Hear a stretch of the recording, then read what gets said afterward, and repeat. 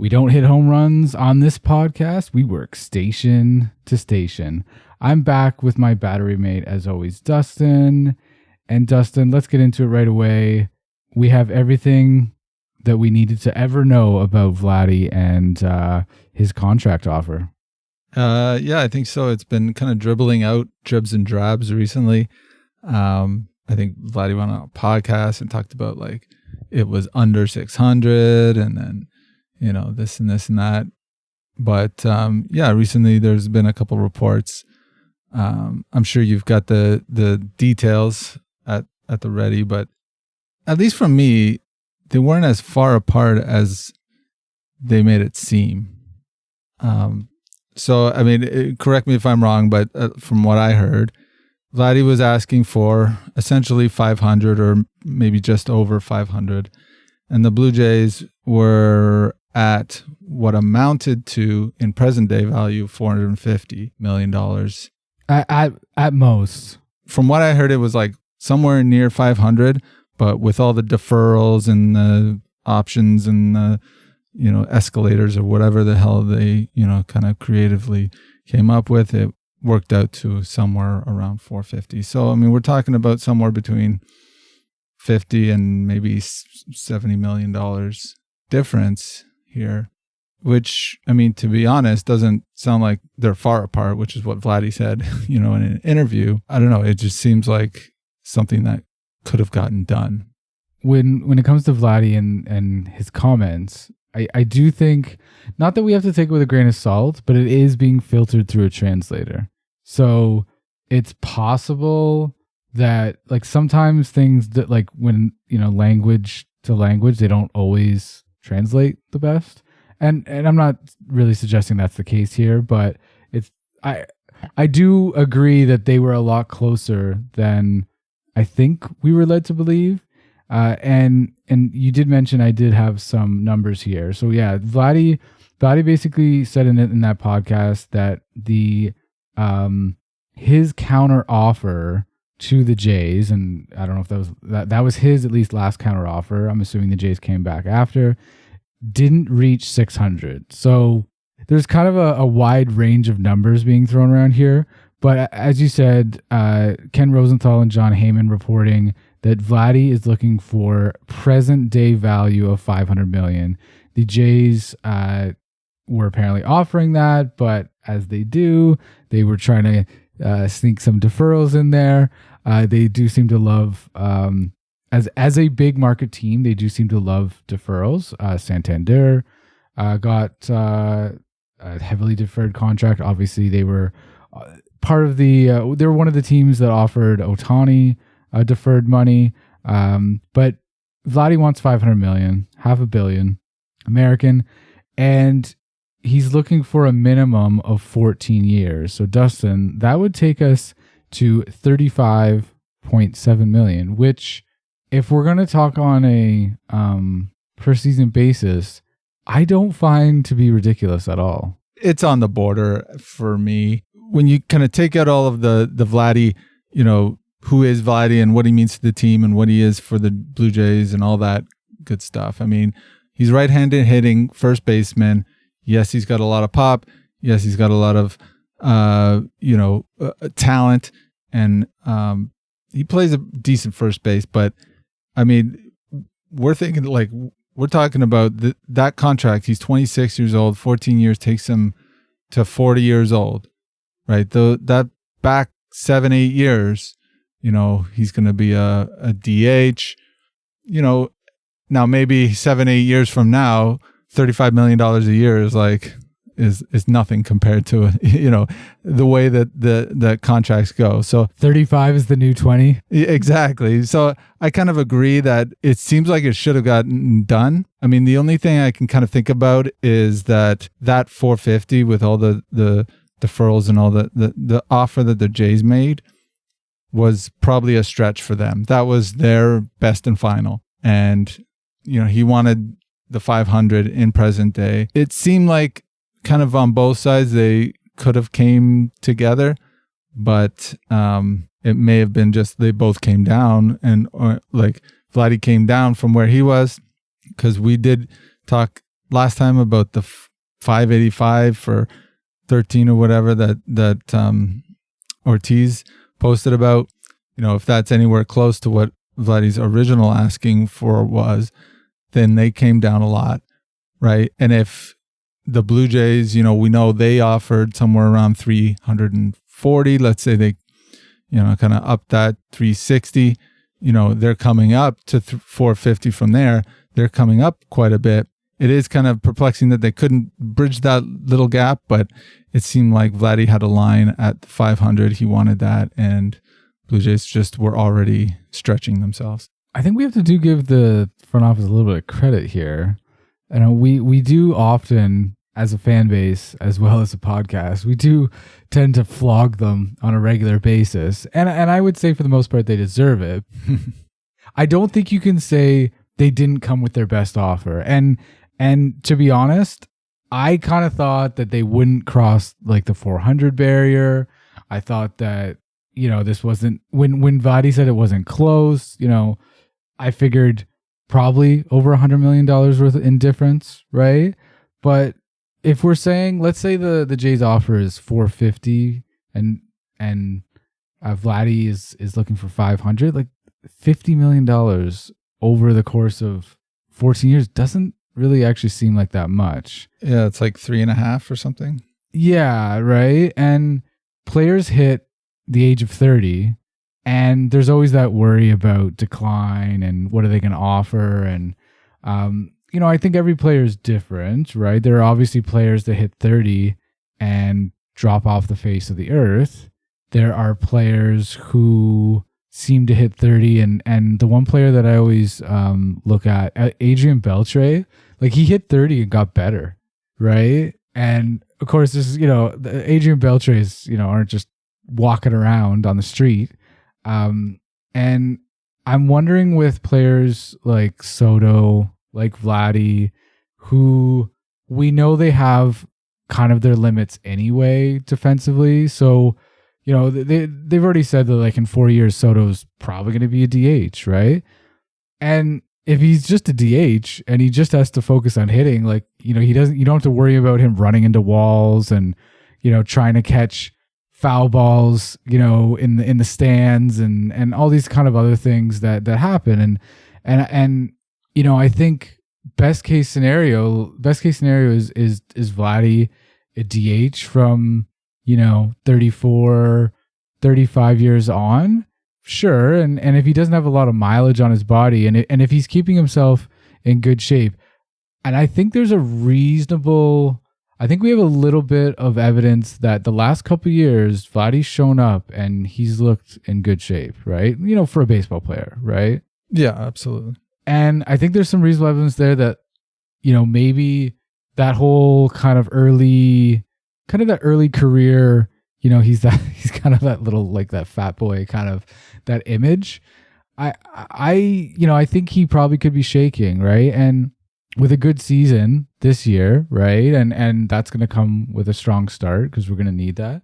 I think, that he puts together another good season and then he has 3-4 more years, then he'd be hitting what would be, I guess, traditionally his kind of free agent years, right? So yeah, I don't know. Like I think the Jays are in a position, and I think the Jays realized they were in a position where, I said it on the last podcast, I felt this was existential. And I think the Jays realized that, right? Now, and the other thing that I think we do have to note is like, this isn't like, Ross Atkins is a part of the front office, but like at the end of the day, this is like Rogers and this is like Mark Shapiro, right? Like Ross Atkins is kind of like, he's riding the elephant, right? Like wherever this elephant goes, he has to go with, because I don't think Ross Atkins is making the decision about, how far to go. He might be making some, suggestions and advice, but at the end of the day, once you start hitting absolutely massive numbers like this, ownership's involved, and of course Mark Shapiro, and I think those two are the two key components of probably where we ended up where we did.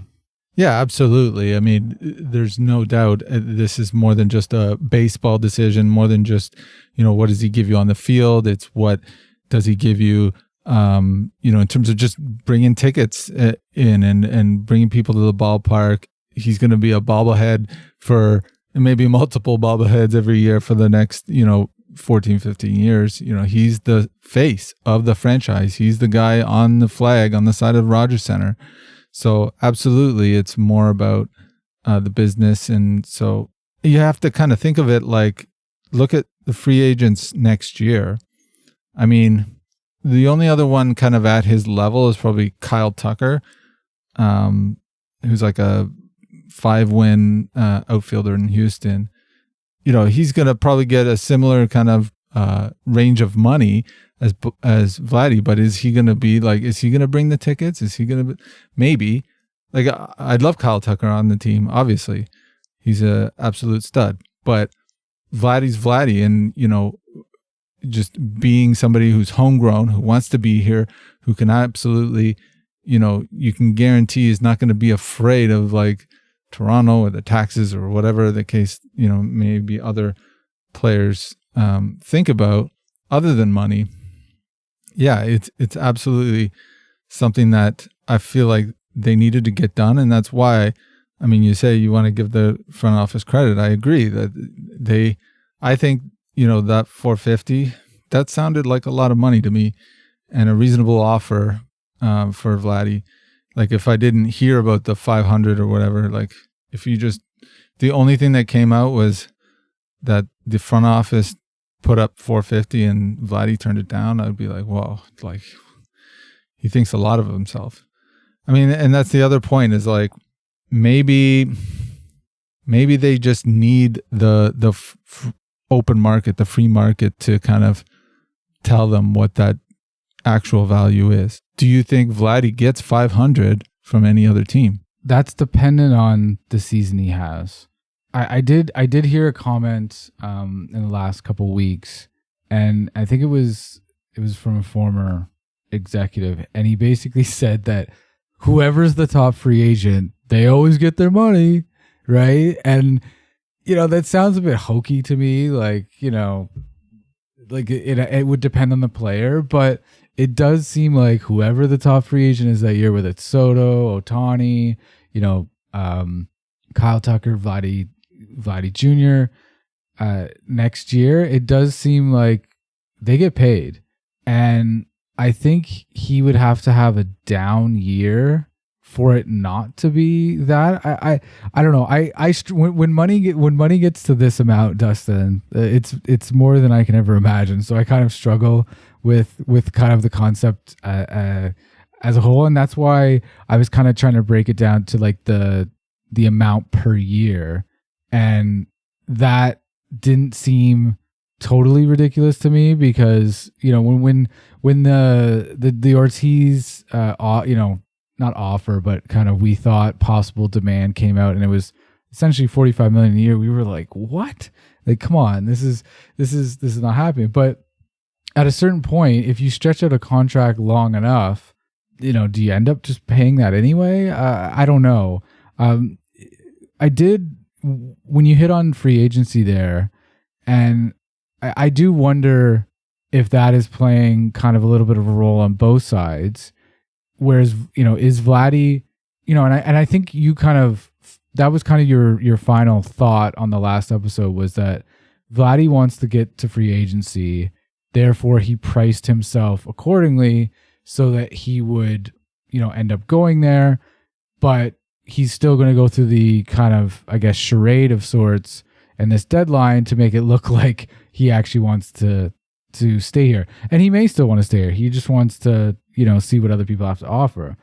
But I do think there's a point where the Jays say, okay, we want to see what let's see what other people are paying, because you don't really want to negotiate against yourself. And I think that's just in general bad at anything. And so really you're probably not going to know until, November 1st or whatever when the free agency opens, what he's worth. And so maybe the Jays are at this point. But I gotta ask you, Dustin, do you think there's a possibility this still gets done before opening day? I've seen some rumblings. I've seen people saying that. I'm not buying it. I don't think so. Like if I had to put my nickel down, it's not going to get done. But I think it could. I mean, I think there's a possibility just based on how close it was. And there may be kind of like somebody flinches and Ed Rogers just goes, just give him the 500. Like, let's just end this. You know, I think that's what it would take. I don't think Vladdy's going to kind of flinch the other way and say, okay, I'll accept your 450. I think it's going to take Rogers to come in and make the move. One thing that is kind of not bugging me, but just making me annoyed a little bit is just the whole conversation around the distraction. Right? The whole idea of this deadline was supposed to be, at least from Vladdy's kind of mouth, was that he didn't want this to be a distraction. Now, I honestly don't think it is a distraction for the other players. Like, they don't give a shit about Vladdy's contract necessarily, other than maybe general interest. They're working hard and they're doing their own thing to get themselves ready for the game, for the season.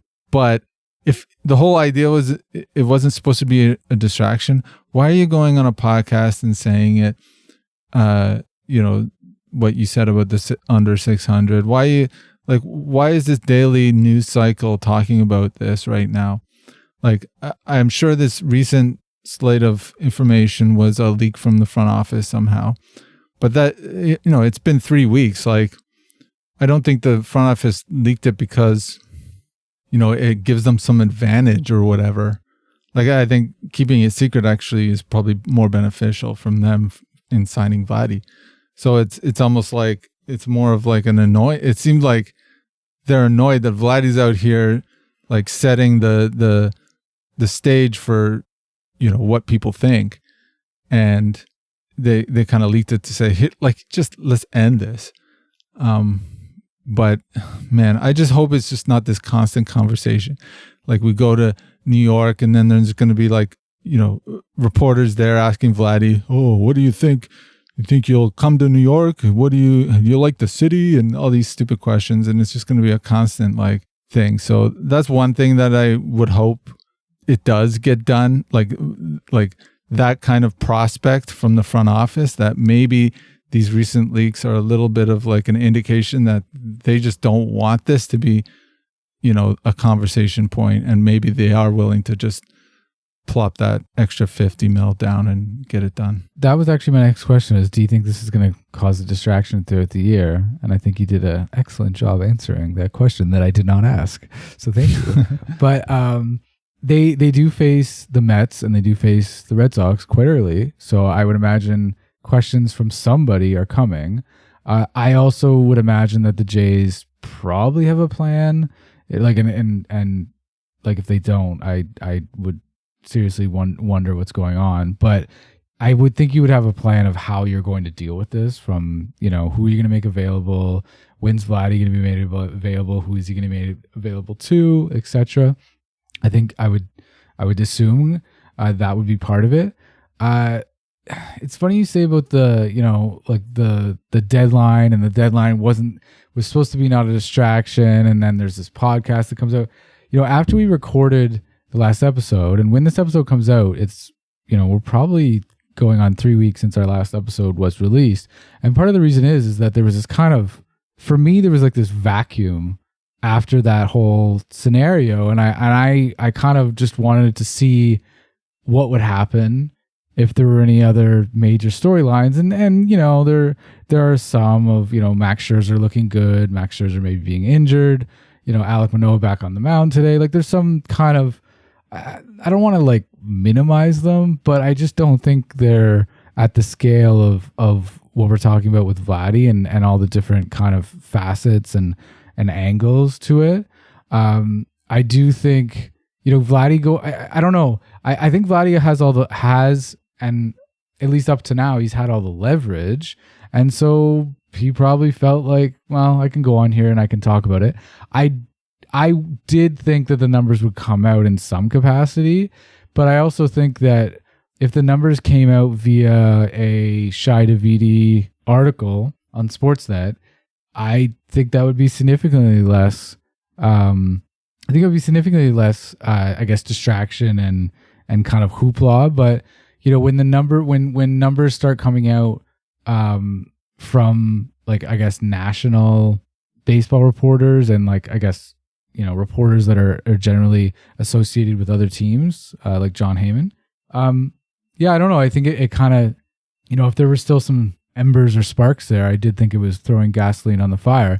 And the front office coming back and like leaking that information for sure was, hey, like, come on, we were a lot closer than you're making it out to seem here. Yeah, I do think that reputation precedes people, right? So what people think of you is even if you aren't that, you are that in other people's minds, right? And people have a certain opinion of this front office, and I generally, for the most part, share that. And it's hard to shake, right? And I do think that could this get done? I'd put the odds of that probably less than 25% before opening day. Should it get done? That would be kind of quite the way to start the season. Quieting all of these doubters, like myself. Like my prediction was that Vladdy would go to free agency and the Jays would finish second in his that sweepstakes, because they always finish second, right? And I don't see that completely out of ordinary. Now, that was also on the basis that I thought they were going to be not lowballing him, but just like I figured the quote unquote valuation would be significantly different than Vladdy's, right? And you know what? At this point, I think maybe both parties want to go to free agency, but I do think there are other considerations that are not monetary that the Jays have to consider too, right? Yeah, I think you're right that their valuation is like significantly different. It's just they stretched beyond that for those reasons, for those non-baseball, reasons, for the fandom and the all those things that we were talking about earlier. Well, and as much as we pan them, for all their bullshit words and vocabulary that they throw in, like Ross Atkins said that they went beyond their comfort level, right? He wasn't lying. Ross Atkins is a bullshitter, but he was not lying in this one, right? And I think, when I was talking about Mark Shapiro being and looking uncomfortable up answering those questions, it's because he's like, holy shit, like look at the money that I got together here to put this deal together, and I still couldn't get this done. And maybe there's some looking in the mirror there that and I would hope so, to be honest. Like if they are staring at the mirror saying, you know what, we could have got this done a couple years ago for significantly less, and now, well, maybe we just get this done now for 500, right? We're talking about a team that's what, top 5 in payroll in the major leagues now, but it's top 5 in payroll because almost all of their players are free agents, right? Like all of their pitching staff was acquired, basically from other teams, right? And I do think that if you could start to get something from this farm system, right? Something like anything at all, I think you can accommodate a really large contract like Vladdy, right? But I don't think the team can continue, as Jim Bowden would say, with their checkbook baseball, because it's just, you can't, like, I don't think you can have someone making that much money and then paying all these other players too. You need to have some internal development, and hopefully that happens over the next, well, I guess talking beyond this year is probably not of any value in the context of this conversation, but we'll see. Opening day is not far away. Thursday against the Orioles, I think a couple Thursdays from now. And we'll see what happens. Like maybe you and I both wake up in the morning and we have some surprising info. But I think at this point, I'm going to assume that this is, the conclusion to this story is going to have to wait, and it's going to have to wait 6 to 7 months in the fall. So yeah, I mean, I think there is a small possibility that around the All-Star break something gets done. That could be one opportunity for them to, distraction free, chat about this and get something done. But yeah, I kind of agree that it's probably going to be, it's probably going to go to free agency, and we're just going to, both sides, like you mentioned earlier, just are motivated to see what the market kind of values Vladdy at. But I mean, the good thing about that is that, all else equal, Toronto probably has a leg up. I would think that if Toronto matched any other offer from any other team, Vladdy would stay in Toronto. So, well, I hope so. And if he doesn't, then maybe that speaks to some other things that we're not privy to in terms of his like or dislike of the messaging coming. And you know what? Maybe that's why he was on that podcast. I don't know, right? Maybe, it's possible that the personalities that, he's sitting across the table from, he's tired of, but I guess we'll have to wait and see. But I think we both agree that free agency looms. All right, we're going to take a quick break, and we're going to come back, and we're going to do our annual buy, sell, hold of prospective Toronto Blue Jays.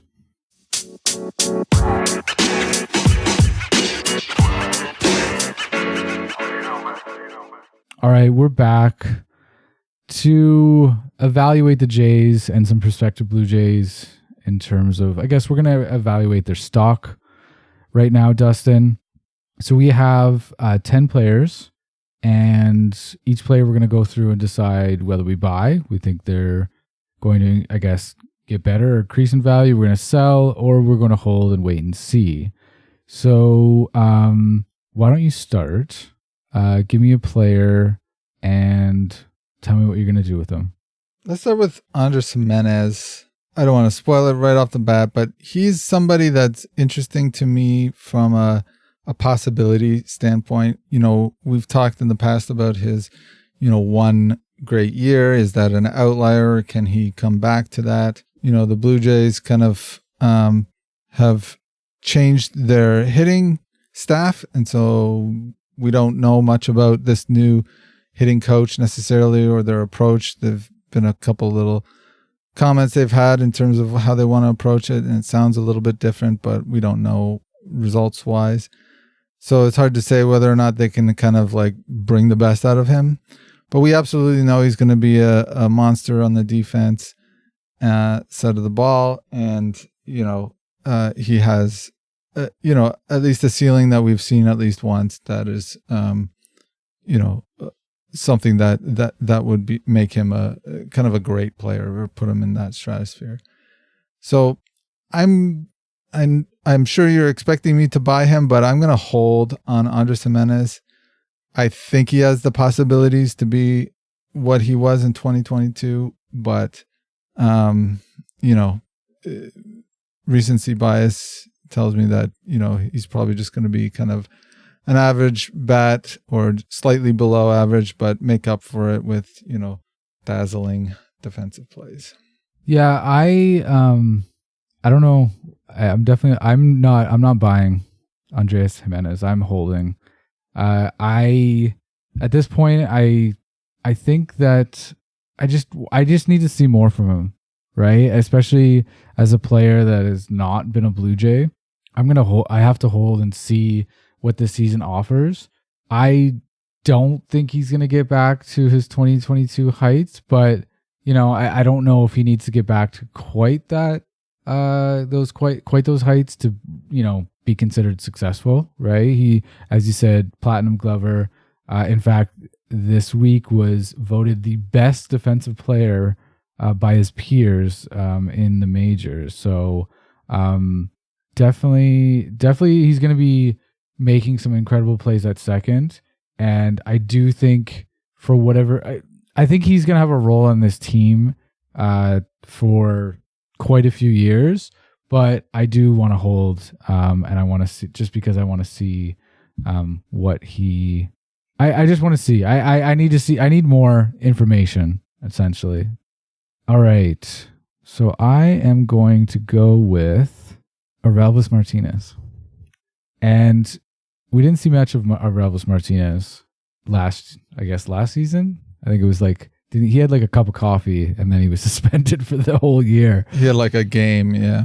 Yeah, it was pretty funny. Aurelvis Martinez, I'm going to sell.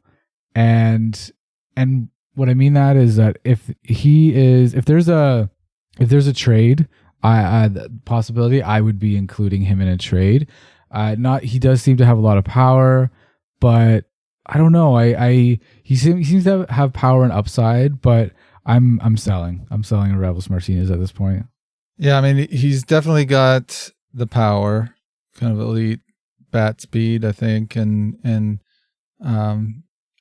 I think the problem for me with him is that he just has no position.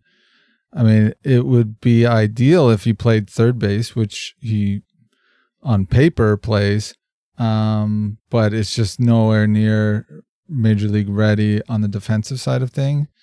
And just the way the team is constructed right now, I just don't think there's a spot. I mean, if he kind of blows up in AAA, you bring him up and you forces his way in. Yeah, you find a way. I mean, you find a way to get him in there if he does that. But I don't think you bring him on the major league club to start the season. And so for that reason, I'm also going to sell him with the hopes that, that he kind of turns it around. But I think he just needs some better defensive work, and maybe we'll see him next year. Maybe we'll be buying him next year. Let's see. I will go my next pick with Bowden Francis. And I'm going to buy Bowden Francis. I think that he showed a lot of promise last year in, the rotation. And I think that he's kind of the young guy on the team. He's got a lot to prove. And I think being around the sort of the veteran presence of the pitching staff. Veteran, thank you. Yeah, the veteran pitching staff that is, Gausman and Scherzer, and I think that's going to do a lot for him. I'm kind of a believer in the intangible kind of side of things. I think he's got a lot of talent, and he's got just an opportunity to sort of really learn from these guys and take another step. And so I'm kind of hopeful. I'm a hopeful buy on him. He has kind of had a little bit of a hiccup this spring, not great spring stats, but I'm not a big kind of believer in looking at the spring numbers and extrapolating that to the season, because it's just the competition is just so different. So I'm buying Bowden Francis. I'm definitely buying Bowden Francis. I think I have to, given the last season, like the latter half that he had of last season. I do worry with Bowden Francis in that last year he came in and kind of had a role kind of for him, and he just didn't really seem to kind of grab the bull by the horns, so to speak. And I'm kind of worried that he's like a slow starter or something like that. I'm a touch worried about that, but I think I have to buy Bowden Francis. I attended one of his, I guess that's at the time it was a one hitter at the time before he got taken out, and then the Jays lost to the Mets. So I was there. The guy, he seems to know, at least last season, he seemed to be able to basically finish off hitters. He seemed to be able to, minimize damage, at least until the ninth inning. That's when he seemed to get touched up a little bit. But yeah, I'm gonna buy Bowden Francis. Yariel Rodriguez. And I'm going to buy Yariel Rodriguez. I was thinking a hold on this one, but I'm definitely going to buy. I think this guy's got some stuff, and I don't think there's anyone better than Pete Walker to kind of be that final person to put some polish on that. Looks like he's going to be in the bullpen to start, which I don't know. I think that strengthens the bullpen. I feel like someone with the stuff that he has, I feel like, and what we're paying him, I feel like I want him as a starter, but I think it does take some time to essentially get to the major league level. He doesn't seem to be super efficient right now, which is something that the Jays, that's kind of the top priority. But he's got the stuff. So I'm going to buy Yariel Rodriguez. I'm kind of a sell on him, but with a slight caveat. I mean, he hasn't looked great in the spring, and I know I just got finished saying, I don't pay attention or don't give a lot of credence to the spring stuff, but it just from the eye test, it's not necessarily about his ERA in the spring, which is pretty bad, but like just he doesn't look like he's locating. He doesn't look like he's I don't know, just very effective. You're right about his stuff, and you're right about, I think I would buy him in the pen, but I'm selling just because, as you mentioned, like from what we're paying for him and what, his potential is, he should be a starter. And the fact that he's kind of bumped into the bullpen and, they went out and got like 40-year-old Max Scherzer tells me like what the Blue Jays might feel about him, that maybe he isn't a starter. And so for that reason, I mean, if you ask me like maybe next year, I might buy him if he has a full year in the bullpen and, that's just his role. I think he's going to be good there, but he's kind of one of those like edge players where he should be starting, but maybe just not good enough on a team with a pretty good rotation, and then you just look at the kinds of things the kinds of players that the Blue Jays have at that sort of just outside of the rotation. Alek Manoah is going to be kind of healing up and coming back towards the end of the year, or maybe next year. I'm sure Ricky Tiedeman's going to show himself again pretty soon. So there's going to be a lot of competition there. So I'll sell him. My next pick, I'm going to talk about Alejandro Kirk. I'm buying Alejandro Kirk. I think that he has a really good opportunity to sort of show off what he can do, given that he is now kind of like the number one with no 1A. I mean, the Blue Jays aren't going to want to play, Trevor Hoffman all that frequently. And so Kirk's going to have a big workload. Can he kind of, that's going to be the question, is like, can he hack that? Can he play as many games as we're probably going to want him to play? We'll see about that. But I've always kind of liked his bat, at least coming up, that's what he was known for. And, he's kind of let it slide a little bit lately. He's had the last couple of years. I don't know if it was his kid and the late start in spring and whatever excuses people have said about him, but I kind of get the feeling it's just kind of a gut that he's gonna have a good year this year. And then, on the defensive side of things, it's funny, with them playing with the ABS in the spring, man, does he know the strike zone? Holy shit. Like I don't think he's gotten a call. Like he's challenged every challenge he's made. He's gotten correct. It's like he knows the strike zone better than the umpires. It's crazy. So, and he's just on all aspects on defense. He's a great defender. So I'm buying Alejandro Kirk. I'm going to hold Alejandro Kirk. I am not sold on his ability to be a catcher for 162 or whatever he plays. I think everybody always talks about his defensive abilities, and definitely that's. I think we not underrated. I think if another catcher came in, I think we would miss what Kirk brings in terms of his defensive abilities. I need to see one more year like 2022. And I don't know. We'll see. I think he has it in him.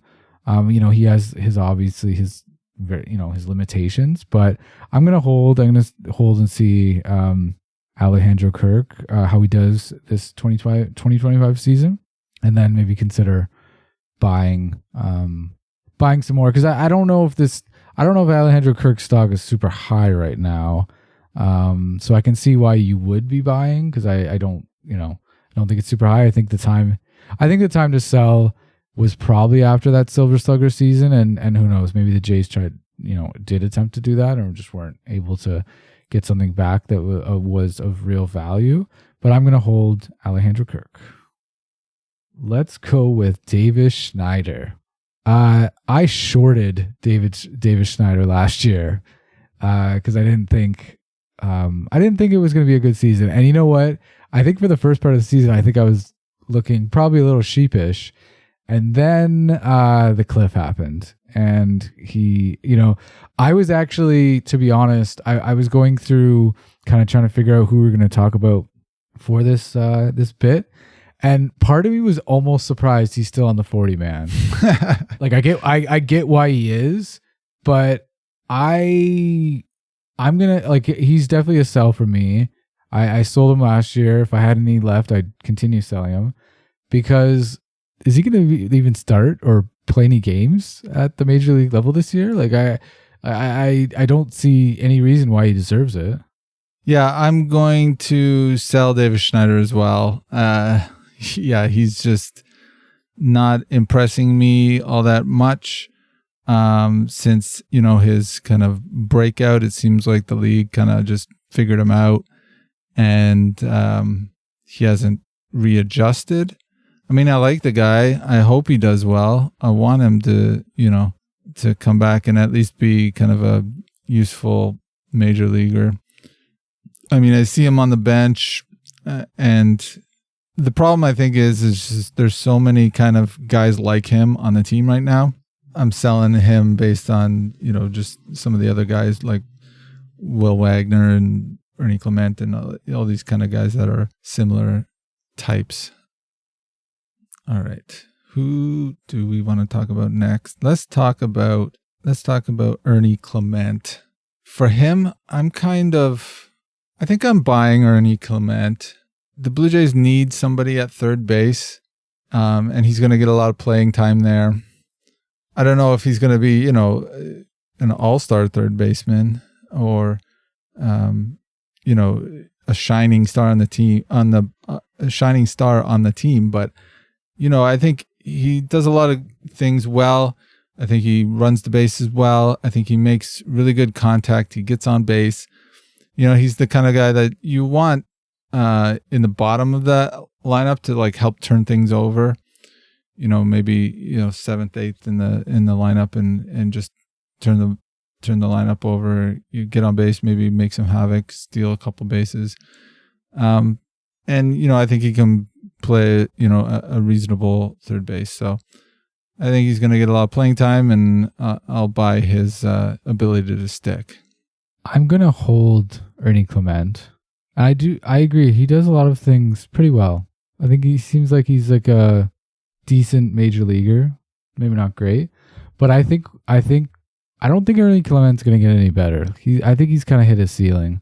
Batting average wise, I think he's probably where he's at. He said with contact he's good, but he does seem to swing a lot, like pretty much anything and everything. I don't think he walks a ton. But yeah, I'm going to hold Ernie Clement just because I think this is what you're going to get from Ernie Clement as a major leaguer. And while he seems to have served a purpose, I don't think I'm not buying more of Ernie Clement because I just think he's hit what we're gonna get from him. All right, so let's talk about Will Wagner. I am going to buy Will Wagner, and it's probably not shocking to anybody, but he definitely showed a lot of promise second half of last season after the trade, and a bit disappointing that he got injured. And I think even more disappointing is that his route to getting more at bat seems to be a little bit stymied, right? And not to say that he's better than Andreas Jimenez or whoever, but I was kind of looking forward to seeing a bit more Will Wagner. Maybe let's see what he's like as an everyday second baseman, right? Getting 3-4 at bats a game and see what we have here.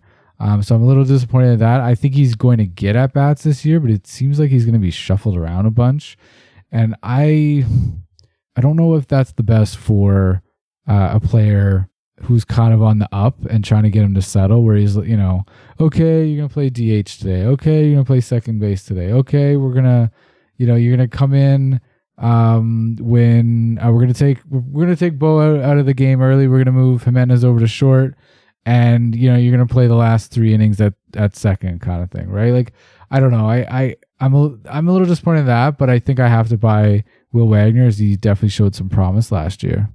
I'm going to be there with you. I'm buying Will Wagner as well. He's a left-handed infielder who can play a lot of different positions, kind of like a better Kevin Biggio in my eyes. And I think you're right. I think sort of the biggest sort of question mark for him is going to be can he be that kind of role? Can he be the off the bench, playing multiple positions, utility, play where you need you kind of guy and do well in that position? Everything you said, I kind of agree with. I think that he's maybe, again, one of those guys that are in that kind of mushy middle, have a lot of promise and maybe, but just maybe don't have, the opportunity, or they have to make the opportunity somehow. And, that's part of why I'm kind of down on David Schneider, because I think Will Wagner is kind of like a better David Schneider, a better Kevin Biggio. He's just like the kind of guy that I would want in that spot. Again, it's just whether or not he can do that and do it effectively. And then let's talk about Dalton Varsho, right? That's somebody on our list here. I think I'm going to hold Dalton Varsho.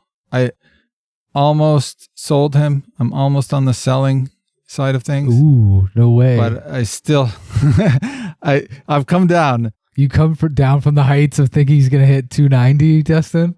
Yeah, well, I still hold out hope that he can be that player. But, just the more you see, the more it doesn't happen, the less likely it's going to be. I think he's a reasonable player, and I think 2023 was not great. 2024 was better than most people think and most people say. I think he had a decent year last year. It's just with this shoulder injury, and just now that he's been here for a few years, we got to see it. And I'm just holding to see if we see it. If not, if he has another kind of average year, I'll be like, okay, well, at least he's a good defender. Our everyday center fielder. I think he's like a 2 or 3 WAR player, which is the kind of guy you want to have. But he's to a certain degree replaceable if you can get somebody like Kyle Tucker in free agency. I'll hold. All right. I am going to hold Dalton Varsho as well. I like Dalton Varsho a lot, but I think at this point we need to see a lot more from him consistency-wise at bat. He's obviously got power. It seems like when he connects with the ball, it goes really far. But, and obviously his defensive abilities speak for themselves, but I think I have to hold. I think Dalton Varsho is coming up. I think his free agency, I think he might be a free agent next offseason. And if we have another, Dalton Varsho type year, I don't know. Like, I can see the Jays re-signing him because of what he brings, and also because of I think the front office likes him a lot. And for the same reasons the front office wanted to add Andreas Jimenez, essentially, or infield Dalton Varsho, as I called him, during the offseason. But yeah, I have to hold Dalton Varsho. See what 2025 is like after that shoulder injury. He did win a Gold Glove, of course, but yeah, see where it's kind of a wait and see, I think, with Dalton Varsho. And wrapping it up, Addison Barger. Dustin, I want to go to you first, and then I will respond. What are you doing with Addison Barger? Man, I'm feeling a little bit negative this year. I'm kind of selling Addison Barger. I'm not seeing to me, he's got a lot of power. He looks like the kind of guy you want to like, and you want him to. He looks like he should be a baseball player. He's like what Buck would probably call. Yeah, he's a baseball player, but I don't know. I'm just not impressed really all that much this year. This spring he's looked good, and so I'm willing to be have my mind changed, but I'm gonna sell him. Yeah, I'm not impressed. I'm gonna buy Addison Barger, and I'm buying him because I think the value I'm buying because the price is low, and I think, do I think he's going to be a major leaguer? I don't know. I'm not so sure about Addison Barger the way, like Spencer Horwitz, I watched him. I was like, this guy's a major leaguer. This guy can hit, is he going to hit 300? No, but he can hit, and he can do things that teams are going to want. Right. I think Addison Barger, so he plays he can play third base, corner, outfield. And I would rather have our Addison Barger than Davis Schneider, let's say. Right now, both of those players may not be on the team come opening day, but Addison Barger, I think, has some power. I think he's got a good arm. I think defensively he's decent. And we kind of just have to see what else is there. Like he had when he came up last year and he had that like Sportsnet had that like prepped interview, and I was just like, what's going on here? Like this guy is is he like the second coming? Mm-hmm. And as expected, I don't think he got a hit in his first stint, and I think there was a lot of noise, right? There's a lot of noise and not much, not actual kind of any substance. I'm kind of hoping with the spring that you mentioned that he's having, I'm kind of hoping that maybe this is he has a good enough spring, kind of Ernie Clement situation where he kind of plays himself onto the team, because he can play third base when, maybe Ernie's backing up Bo. He can play corner outfield as well. And he does seem like he has some pop in his bat when he can connect. So I'm going to buy. It might be a penny stock, but I'm going to buy. I'm going to buy with hopes. Just to add one last thing on him is just, it feels like it's kind of between the ears for him. Like, I think he's got a lot of talent. He's got the, obviously the body for it, baseball, but, it's just, I kind of feel like you said, like when he came up and there was all this hype, and then it was just like he went 0 for something crazy, and it was just like, oof. But, I'm hopeful too. I hope we can kind of figure it out. All right, Dustin. Well, we've traded some Jays stocks. Thank you very much for joining me.